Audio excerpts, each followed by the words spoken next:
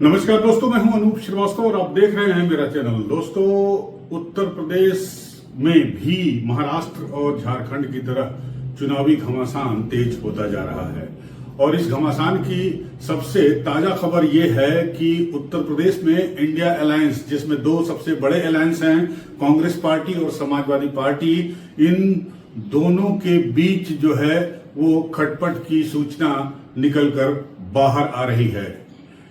जी हां, आपको पता है कि 25 अक्टूबर को चुनाव की यानी उपचुनाव के नामांकन की आखिरी तारीख है, लेकिन अभी तक कांग्रेस ने किसी भी सीट से अपने उम्मीदवारों के नाम का ऐलान नहीं किया है।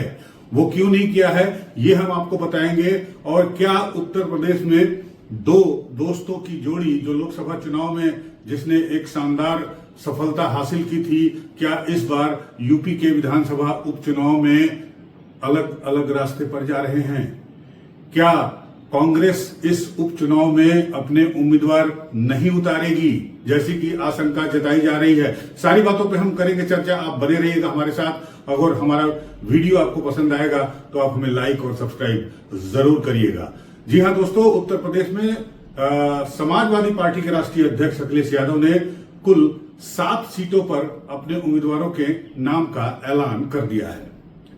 गौरतलब है कि यूपी में 10 विधानसभा सीटें थी जो खाली थी, लेकिन इसमें 9 विधानसभा सीटों पर चुनाव हो रहा है। वो सीटें कौन कौन सी है ये हम पहले आपको बता देते हैं। आपको बता दें कि उत्तर प्रदेश के समाजवादी पार्टी में के राष्ट्रीय अध्यक्ष अखिलेश यादव ने कुल 7 सीटों पर अपने उम्मीदवारों के नाम का ऐलान कर दिया है। सिर्फ 2 सीटें छोड़ी हैं उन्होंने कांग्रेस के लिए, जो गाजियाबाद सदर की है और खैर की है।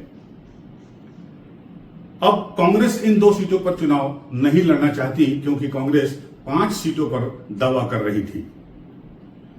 खैर और गाजियाबाद सदर, ये दोनों सीटें बीजेपी के प्रभुत्व वाली जानी जाती है। यहां बीजेपी का उम्मीदवार जो है वो निश्चित रूप से इंडिया गठबंधन के उम्मीदवार से मजबूत साबित होगा। तो सबसे पहले हम आपको बता दें कि कौन कौन सी सीटें हैं जहां पर चुनाव होने हैं 13 नवंबर को। तो उत्तर प्रदेश में जिन 9 सीटों पर चुनाव हो रहे हैं उनके नाम मैं आपको बता देता हूं। ये हैं फूलपुर, कटेहरी, करहल, सीसामऊ, मझवा, गाजियाबाद सदर, खैर, मीरापुर, कुंदरकी। 25 अक्टूबर को नामांकन करने की आखिरी तारीख है। नाम वापस लेने की आखिरी तारीख 30 अक्टूबर है इन सभी सीटों पर। 13 नवंबर को इन सभी सीटों पर मतदान होगा, झारखंड महाराष्ट्र के साथ। और गणना की जो तारीख है वो 23 नवंबर को है, जिस दिन झारखंड महाराष्ट्र के साथ साथ यूपी के सीटों की मतगणना, वोटों की गिनती की जाएगी। अब सवाल है एक बार फिर से कि क्या दो दोस्तों की दोस्ती जो है इस उपचुनाव में दिखाई नहीं देगी?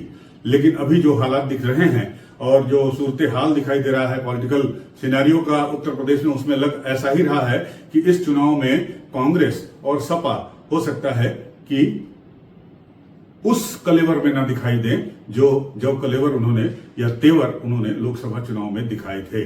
क्योंकि निश्चित रूप से कांग्रेस नहीं चाहेगी कि वो गाजियाबाद सदर और खैर की चुनाव सीट लड़े। वो चाह रही थी कि उसे मीरापुर की सीट मिले, अलीगढ़ वाली। इसके अलावा फूलपुर की सीट वो डिमांड कर रही थी। फूलपुर की सीट जो प्रयागराज इलाहाबाद के ठीक बगल में है, वो सीटें वो मांग रही थी।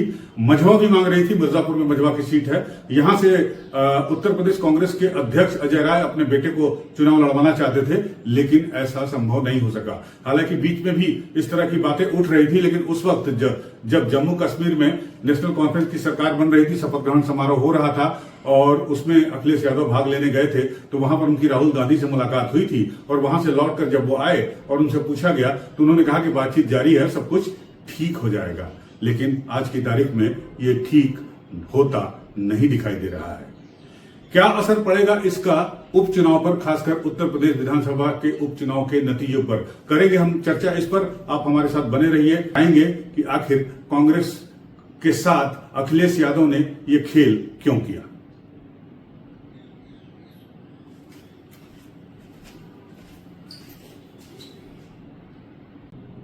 दरअसल इस खटपट की शुरुआत हरियाणा असेंबली इलेक्शन के साथ ही शुरू हो गई थी, जब हरियाणा से समाजवादी पार्टी के राष्ट्रीय अध्यक्ष अखिलेश यादव अपने उम्मीदवारों को वहां चुनाव लड़वा दिया।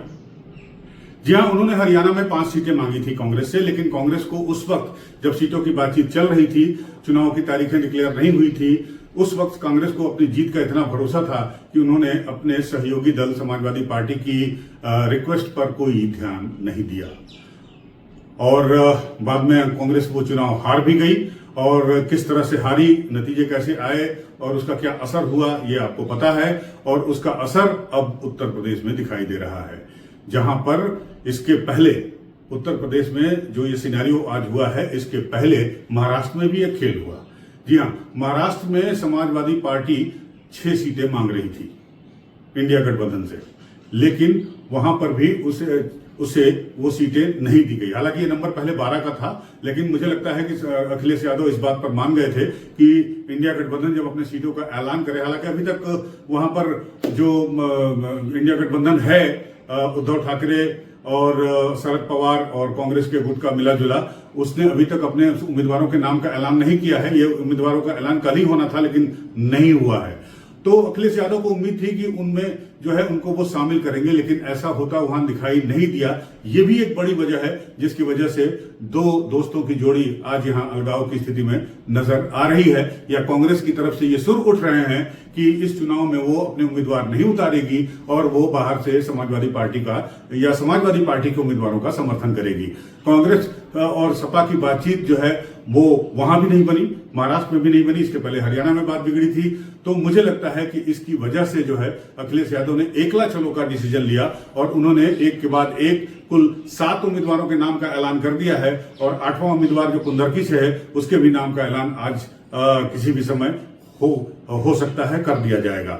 तो निश्चित रूप से कांग्रेस के लिए यह परेशानी का सबब है और कांग्रेस को यह समझ में नहीं आ रहा है कि आखिर वो करें तो क्या करें, क्योंकि अखिलेश यादव अब समझ चुके हैं कि कांग्रेस के साथ उनका गठबंधन विधानसभा का जो चुनाव उत्तर प्रदेश में होगा 2027 में उतना मजबूत नहीं रहेगा और कांग्रेस इस स्थिति में भी नहीं है कि वो अखिलेश यादव से या समाजवादी पार्टी से सीटों के नाम पर कोई मजबूत सौदेबाजी कर सके। तो यही वजह है कि अखिलेश यादव ने कुल 8 सीटों पर अपने उम्मीदवार का नाम ऐलान कर दिया। कांग्रेस 5 सीटें मांग रही थी, लेकिन उसके लिए 2 सीटें छोड़ी, 2 सीटें वैसी जो जहां पर बीजेपी का उम्मीदवार निश्चित रूप से मजबूत साबित होगा। तो अब यह देखना बड़ा दिलचस्प होगा कि कांग्रेस पार्टी क्या करती है। इन 2 सीटों पर वो अपने उम्मीदवार उतारती है या कांग्रेस से जो खबरें छनकर आ रही हैं कि कांग्रेस पार्टी जो है वो चुनाव नहीं लड़ेगी, यानी अपने उम्मीदवारों का नाम का ऐलान नहीं करेगी और वो समाजवादी पार्टी को सपोर्ट करेगी। लेकिन निश्चित रूप से ये सपोर्ट मजबूरी में किया गया सपोर्ट होगा, क्योंकि कांग्रेस उत्तर प्रदेश में जो चाहती थी वो उसके साथ नहीं हुआ। अखिलेश यादव या समाजवादी पार्टी महाराष्ट्र में जो चाहती थी वो उनके साथ नहीं हुआ और इसके पहले ये कहानी हरियाणा में दोहराई गई। तो निश्चित रूप से इसका जो बैकफायर है वो अब यूपी में दिखाई दे रहा है। क्या होगा, इसका कितना फायदा मिलेगा बीजेपी को, ये वक्त बताएगा। लेकिन फिलहाल आप बने रहिए हमारे साथ। अगर आपको ये वीडियो पसंद आया हो तो हमें लाइक करिए, सब्सक्राइब करिए। मिलते हैं आपसे अगली बार अगले वीडियो में, जिसमें हम बिहार और झारखंड में ठीक